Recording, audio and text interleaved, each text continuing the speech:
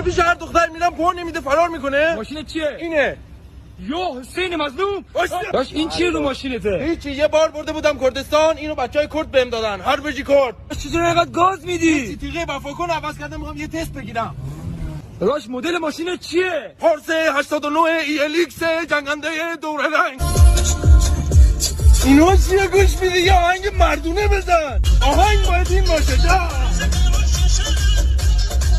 داش تو خیلی بد رانندگی میکنی یا خطرناکه؟ خطر واسه یه پاسدار معنا نداره. داش به جای پارس 207 ناز میخریدی. من مثل تو مورد ندارم. داش دختره میگه پسری که پارسال کنسله.